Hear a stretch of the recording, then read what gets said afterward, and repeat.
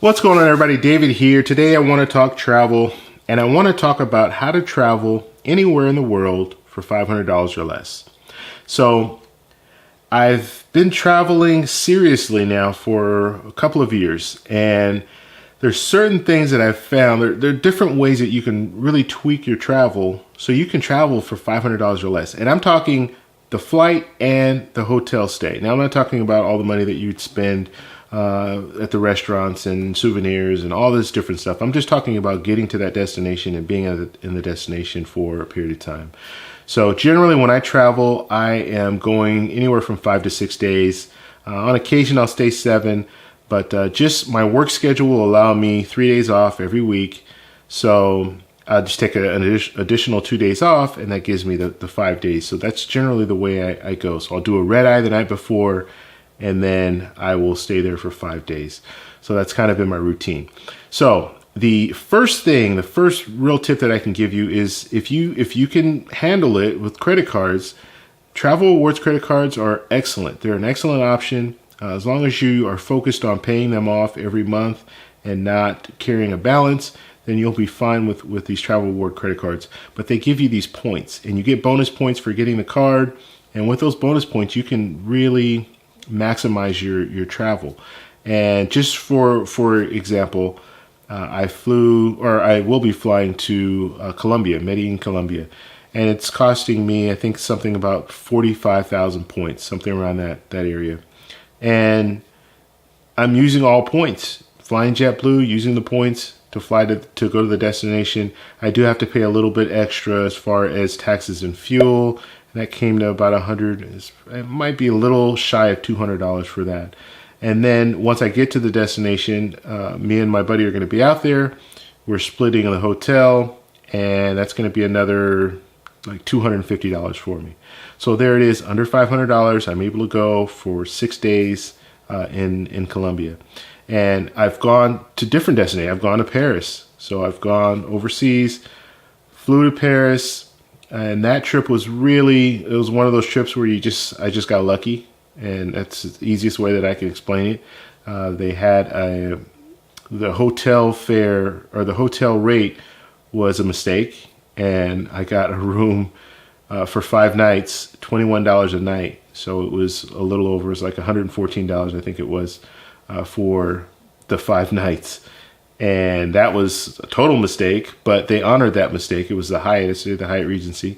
So I got that, and then I flew. My flight, taxes and fuel was about in total it cost about $300.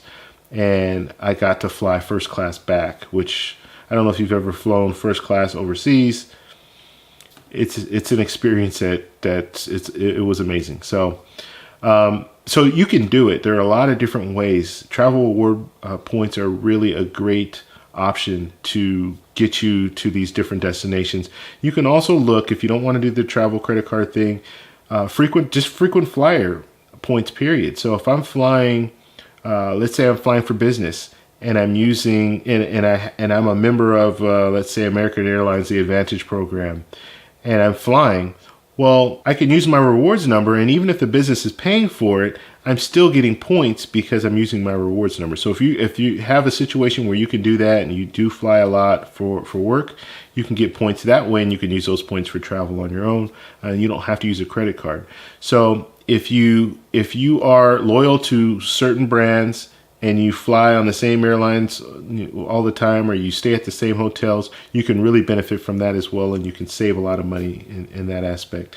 So, and then you can also look at different blogs, travel blogs.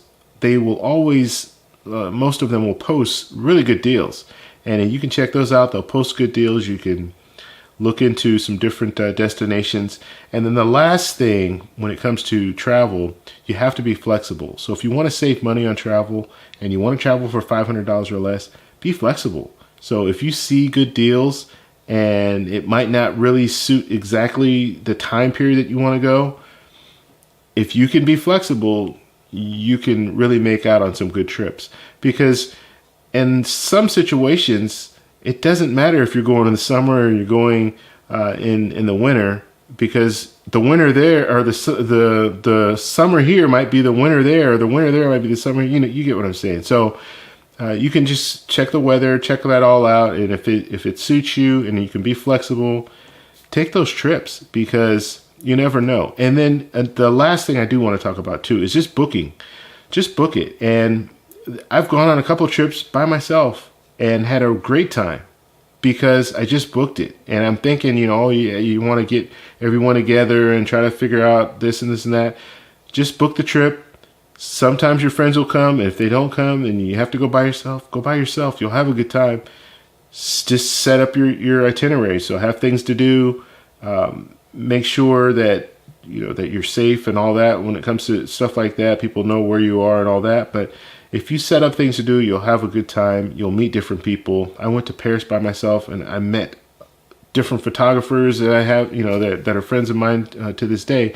And the only reason that I went on that trip was, one, I got lucky and I booked it with a mistake fare, but also I booked it and I went. And I wasn't, you know, I told a few friends about it. They weren't interested in going. Okay, I'm going anyways. It's $114 for 5 nights at a hotel. I'm not going to take that.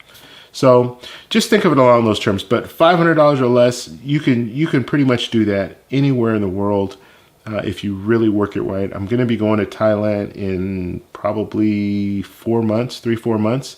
And I'm going to try to work that trip.